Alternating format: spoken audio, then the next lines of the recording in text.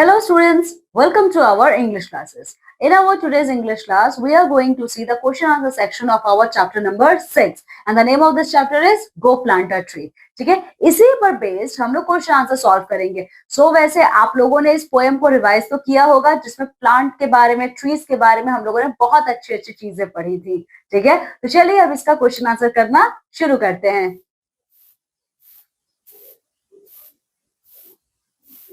Students यहाँ पे देखिए सबसे पहले आपसे क्या पूछा जा रहा है.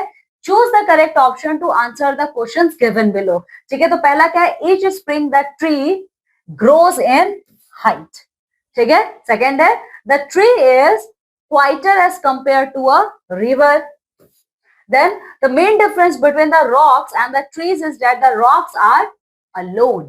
Okay, now the next one, planting trees is considered a beautiful act. Okay, now read these extracts and answer the questions that follow. ठीक है, तो यहाँ पे ये कुछ extracts दिए हुए हैं, इनको आपको पढ़ना है और उन्हीं के बेसिस पे क्वेश्चन का आंसर देना है. ठीक है, सो पहला क्या है, देखिए what do you understand by shallow earth. Shallow earth का मतलब क्या है स्टूडेंट्स, देखिए यहाँ पे है ना sallow earth to watch it rise. इसका मतलब ये है sallow earth mean from this extract pale and yellow colored soil. Okay, now what does rise mean here? Rise का मतलब यहाँ पे क्या है, rise mean here, okay, rise mean here the ocean waves. Okay, sorry, rise means here increase in height in upward direction. Then what is the meaning of adoration? Adoration का मतलब क्या है, adoration का मतलब है in silent adoration and see it strength and glory waxing with each spring. ठीक है, generosity. ठीक है, आप बहुत ही प्यार से देख रहे हो इसमें. ठीक है, generosity है यहाँ पे, बहुत ज्यादा आपका काइंड नेचर शो होता है, हैप्पी हो आप. ठीक है, तो ये सारी चीजें हैं. Now the second one, how does the poet consider a tree. Poet ने ट्री को कैसा माना है यहाँ पे. ठीक है, तो पोएट ने ट्री को मार्वलस माना है, मार्वल माना है, बहुत ज्यादा जेन्युइन थिंग माना है, बहुत ज्यादा लवेबल क्रिएचर माना है. ठीक है, now second, why is the tree said to be benign, explain. यहाँ पे ट्री को बेनिंग क्यों कहा गया है स्टूडेंट्स, यहाँ पे ट्री को बेनिंग इसलिए कहा गया है क्योंकि ट्रीज बहुत ही ज्यादा जनरस क्रिएचर है, जनरस लिविंग थिंग है. ठीक है, वो बहुत ही ज्यादा कंपैटिबल है, वो बहुत ही ज्यादा दूसरों का ख्याल रखने वाले हैं, हमेशा दूसरों से प्यार करने वाले हैं. ठीक है, अब थर्ड है, देखिए how is the tree different from river. Tree river से कैसे डिफरेंट है, वैसे आप ये पोएम पढ़े थे, आपको याद होगा. ट्री रिवर से इस तरीके से डिफरेंट है कि जो रिवर है वो कंटिन्यूअसली नॉन स्टॉप बोलती रहती है. ठीक है, लेकिन ट्रीज क्या है, ट्रीज बहुत ही पीसफुल है और बहुत ही क्वाइट नेचर के हैं. ठीक है, नाउ द थर्ड, देखिए rocks are said to be silent, what sound do the trees make. तो ट्रीज कैसा साउंड यहाँ पे मेक करते हैं, देखिए trees make the sound of companionship. Okay, now in what context has the word billows been used here? तो billows का यहाँ पे इस्तेमाल कहाँ हुआ है. ठीक है, so the word billows are used in the context of ocean waves. ठीक है, well how does a tree provide companionship and rest. किस तरीके से tree companionship देता है और rest देता है, because trees are very peaceful creature, they are very quiet creature. Okay, they are the nature loving creature and they are really very kind towards all the living creatures. Okay, that's why they provide companionship and rest. Okay, now answer the following questions. इसमें क्या है, what are the marvels of nature, name some other than the ones given in the poem. Nature के Marvels कौन कौन से, इस chapter में हम लोगों ने ट्रीज के बारे में देखा है. इसके अलावा और हमारे नेचर के मार्वल कौन कौन से, हमारा रॉक है, oceans हैं, mountains हैं, plains हैं, deserts हैं. These all are the examples of our marvelous creature of our mother nature. Okay, now the second one, what triple boons was the author grateful for. ठीक है, वो कौन से ट्रिपल बोन है जिसके लिए ऑथर बहुत ज्यादा ग्रेटफुल है. ठीक है, तो चलिए देखिए क्या हो सकता है इसका आंसर.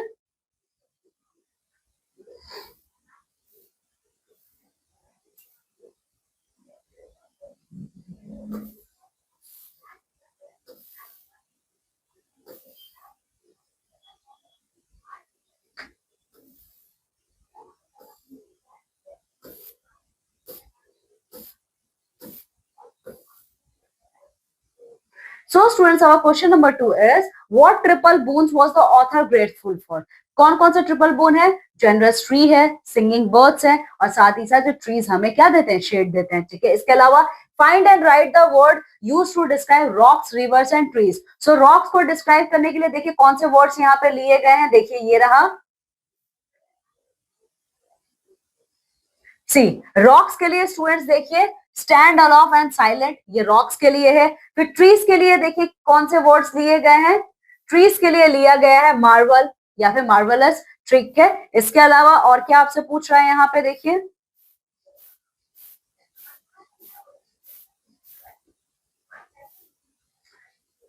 रिवर्स, ठीक है। रिवर्स के लिए क्या लिया गया है, तो देखिए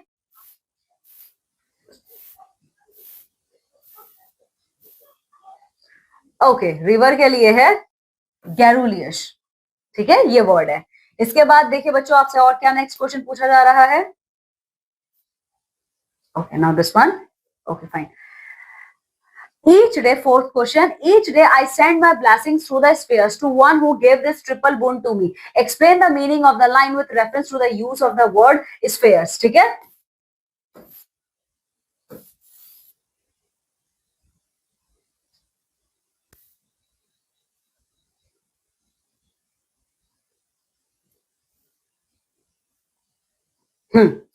सो यहाँ पे स्पेयर्स का आपसे मतलब पूछा जा रहा है, तो स्पेयर्स का स्टूडेंट्स यहाँ पे ये मतलब है, क्या मतलब है? देखिए स्फेयर्स का मतलब है beauty, singing birds and shade, ठीक है। यही आपका स्फेयर से भी यहाँ पे मतलब है, ठीक है। क्योंकि जो ऑथर है वो हर दिन ये ब्लेसिंग भेजते हैं उस इंसान को जिसने इस ट्री को प्लांट किया है, और ये ट्री क्या करे, एक तो पहली बात ये बहुत ज्यादा ब्यूटीफुल है, ये बर्ड्स को गाने का मौका देता है और साथ ही साथ हमें शेड भी प्रोवाइड करता है, ठीक है। तो ये रहा आपका आंसर, क्वेश्चन नंबर 4 का आंसर है ये, ठीक है। चलिए आप फिफ्थ देखिए, explain would you would throw when laurels that shall never fade, ठीक है। आपको इस लाइन को एक्सप्लेन करना है, तो ये रहा, देखिए ये क्या है line? would throw when laurels that shall never fade, go plant a tree। इसका क्या मतलब है स्टूडेंट्स? देखिए इसका मतलब ये है कि एक बहुत ही ज्यादा ये ओल्ड सेइंग है, इसका मतलब ये है कि क्या आप जाएंगे, ठीक है, क्या आप जाओगे when laurels that shall never fade, ठीक है। तो क्या आप कोई ऐसा काम करने जाए, काम करना चाहोगे जो कभी भी फेड ना हो, जो हमेशा हमेशा के लिए वहीं पे रहे। जैसे कि जिसने भी इस ट्री को लगाया है, देखिए मे बी वो पर्सन ना हो पर वो ट्री तो है। उसी तरीके से इस लाइन का मतलब ये है स्टूडेंट्स, क्या आप कुछ ऐसा काम करना चाहोगे जो कभी भी फेड ना हो, ठीक है। चलिए नेक्स्ट क्वेश्चन आपसे क्या पूछ रहा है यहाँ पे? Right the pair of rhyming words from the poem, ठीक है। तो पोएम से आप लोगों को राइमिंग वर्ड्स लेके लिखना है, ठीक है। तो कैसे आप राइमिंग वर्ड्स लिख सकते हो? जैसे देखिए राइज, स्काईज, ठीक है, स्प्रिंग, थिंग, सी, ट्री, ओके, बर्ड्स, वर्ड्स, ये आपके राइमिंग वर्ड्स के पेयर हैं। तो इस तरीके से आप और भी बाकी वर्ड्स को ढूंढ के लिखेंगे, ठीक है। चलिए अब नेक्स्ट क्वेश्चन देखिए आपसे क्या पूछ रहा है। Find examples of the following figures of speech in the poem. तो मेटाफोर का क्या एग्जाम्पल हो सकता है? तो चलिए देख लेते हैं मेटाफोर का एग्जाम्पल।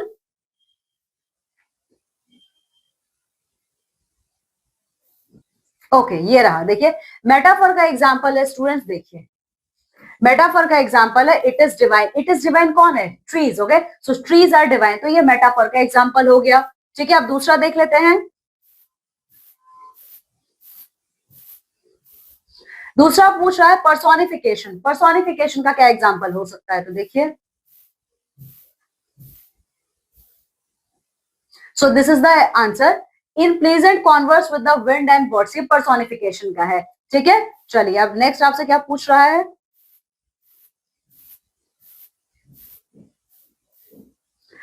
एलिटरेशन। एलिटरेशन का क्या मतलब है, ठीक है। तो देखिए इसका आंसर ये रहा एलिटरेशन का।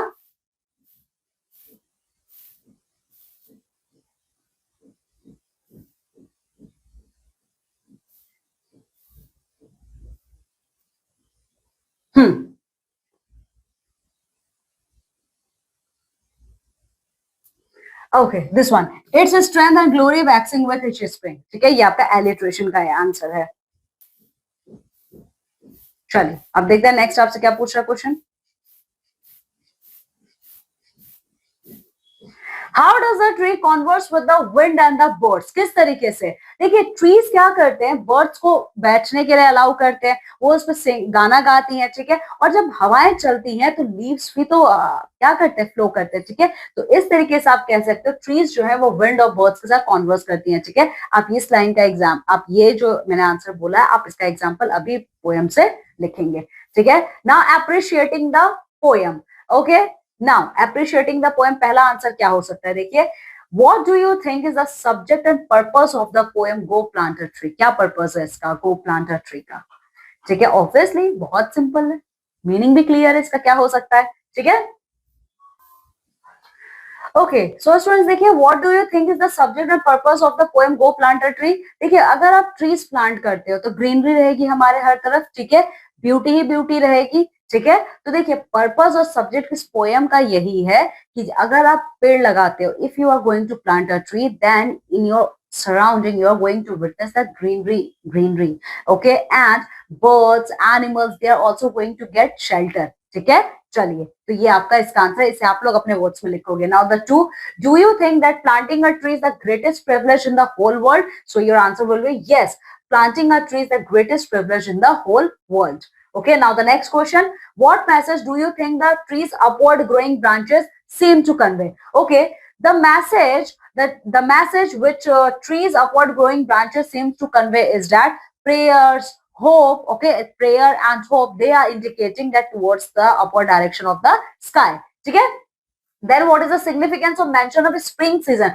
Spring season क्या होता है स्टूडेंट? स्प्रिंग सीजन क्या लाता है? नई होप्स को लेके आता है, ठीक है। ट्रीज जो अपने लीव्स को शेड कर देती हैं, उसकी जगह नई लीव्स आती है ना, ठीक है। तो स्प्रिंग सीजन इसी के लिए है, ठीक है। चलिए, नाउ स्पीकिंग एंड लिसनिंग, देखिए क्या है। A, do you have plants and trees at home? If yes, name some of them. Also talk about how you care for the plants and trees. Do you like to spend time in the company of nature? Why? आपके घर में trees और plant हैं, अगर है तो आपको उनका नाम बताना और आपको ये भी बताना है कि आपको उनके साथ रहना क्यों अच्छा लगता है। Listen to some statements as made by your teacher, make questions for it, ठीक है। आपको आपके टीचर जो स्टेटमेंट बोलेंगे, आपको उसके बारे में अच्छे से सुनना है और उस पर बेस्ड आपको कुछ क्वेश्चंस भी बनाने हैं। Now write a simple summary of the poem in about 100 words. Take help of the given summary organization. आपको एक पोएम लिखना है, एक पोएम की समरी 100 वर्ड्स में, ठीक है। आप इसका हेल्प लेकर लिख सकते हैं, ठीक है। नाउ लाइफ स्किल्स देखिए, work in pair, both of you will draw a tree on a sheet of paper. Try to draw it as realistically as possible. Ask the following questions from each other. आप लोगों को क्या करना है, pair में काम करना है। आप दोनों लोग एक ट्री को बनाएंगे शीट ऑफ पेपर पे, ठीक है, और जितना आप रियल उसे बना सकते हो उतना ट्राई कीजिए, ठीक है। उसके बाद ये जितने भी क्वेश्चंस आपको यहाँ दिख रहे हैं, ये आप लोग एक दूसरे से पूछेंगे, ठीक है। Also try to infer the meaning of the drawing. The tree as whole suggests the deepest hidden aspect of the personality. साथ ही साथ आप ये भी बताओगे इस ड्राइंग का मतलब क्या है। जैसे the branches shows the degree of social connections. For example, a tree without or with few branches suggests that the person has little or no contact with other person. The width of the trunk reflects the degree of inner strength. ठीक है, तो आप लोग इनके hidden aspects को भी बताओगे। जैसे जिस ट्री के ब्रांचेस कम होंगे, इसका मतलब क्या है, उस पर्सन के आप लोगों से कनेक्ट करेंगे ना इसको, कि लोगों के फ्रेंड बहुत कम है, उनका फ्रेंड सर्कल कम है, वो बहुत कम बात करना पसंद करते हैं, एक्सेट्रा एंड एक्सेट्रा, ठीक है। दूसरा क्या है, the upper part of the tree stands for innovative ideas, thoughts and feelings about the self, okay. So dear students, this is all about our chapter. I hope you all got a very good understanding of this chapter, okay. Now you all have to complete the question answer section of this chapter, okay. Now I'm taking leave, my dear students. I'm going to meet with you all in our next class with a new chapter. Till then, you all have to take very good care of yourself. Bye.